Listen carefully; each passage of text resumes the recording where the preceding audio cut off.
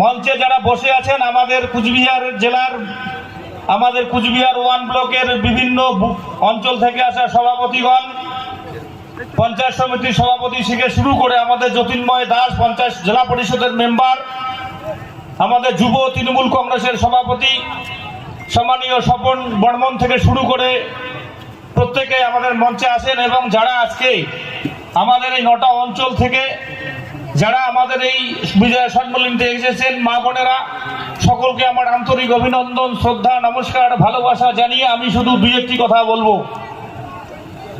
আজকে বিজয় সম্মেলনী আপনারা জানেন, আমাদের তৃণমূল কংগ্রেস দুর্গাপুজোর পর আমরা সমস্ত জায়গায় ব্লকে বিজয় সম্মেলনী, ব্লক থেকে শুরু করে অঞ্চলে করি। আজকে এই বিজয় সম্মেলনী আমাদের কুচবিহার 1 ব্লকের পক্ষ থেকে আজকে এই খাসমহলের মাঠে অনুষ্ঠিত হচ্ছে। আমি যেটা মনে করি, আমাদের কুচবিহার 1 ব্লকের সমস্ত 9টা অঞ্চল থেকে আজকে আমাদের এই সমাবেশ, যারা এখানে আমরা উপস্থিত হব, আজকে এই খাসমহলের মাঠের তিল ধারণের জায়গা থাকবে না, আপনারা সেটা দেখতে পাচ্ছেন। আমি শুধু একথা আপনাদের বলতে চাই, আগামী 26 নির্বাচন, বিধানসভা নির্বাচন, এই নির্বাচনে আপনাদের এই সভা মঞ্চ থেকে আপনাদের শপথ নিয়ে যেতে হবে, প্রতিজ্ঞা নিয়ে যেতে হবে।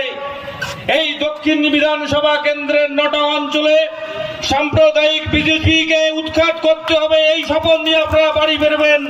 আগামীকাল থেকে বুথ থেকে শুরু করে অঞ্চলে অঞ্চলে মানুষের বাড়িতে বাড়িতে গিয়ে আমাদের নেত্রী শ্রীমতী মমতা বন্দ্যোপাধ্যায়ের উন্নয়নের কথা যেমন বলবেন, আগামী দিনে এটাও আপনারা এই প্রতিজ্ঞা নিয়ে যাবেন। কোন বুথে কোন বিরোধী বলতে বিজেপি যেন একটা না থাকে, তার জন্য যা করার আপনাদের তাই করতে হবে। আমরা বিজেপির অনেক অন্যায়, অত্যাচার, অবিচার দেখেছি 2019-এ। আপনারা দেখেছেন 2019-এ আমাদের সরকার ক্ষমতায় ছিল, আমাদের নেত্রী মমতা বন্দ্যোপাধ্যায় ছিল, একটা এমপি জিতে সেখানে যে অরাজকতা পরিবেশ তৈরি করেছিল, সেদিনের কথা আমরা আজকে কিন্তু ভুলিনি। আপনারা প্রত্যেকেই জানেন, আমাদের 9টা অঞ্চলের মধ্যে সবাই ঐক্যবদ্ধ হয়ে গত লোকসভা নির্বাচনে আমরা এই দক্ষিণ বিধানসভা থেকে এই 9টা অঞ্চলের মধ্যে প্রায় 27,000-এর কাছাকাছি লিড দিয়েছি।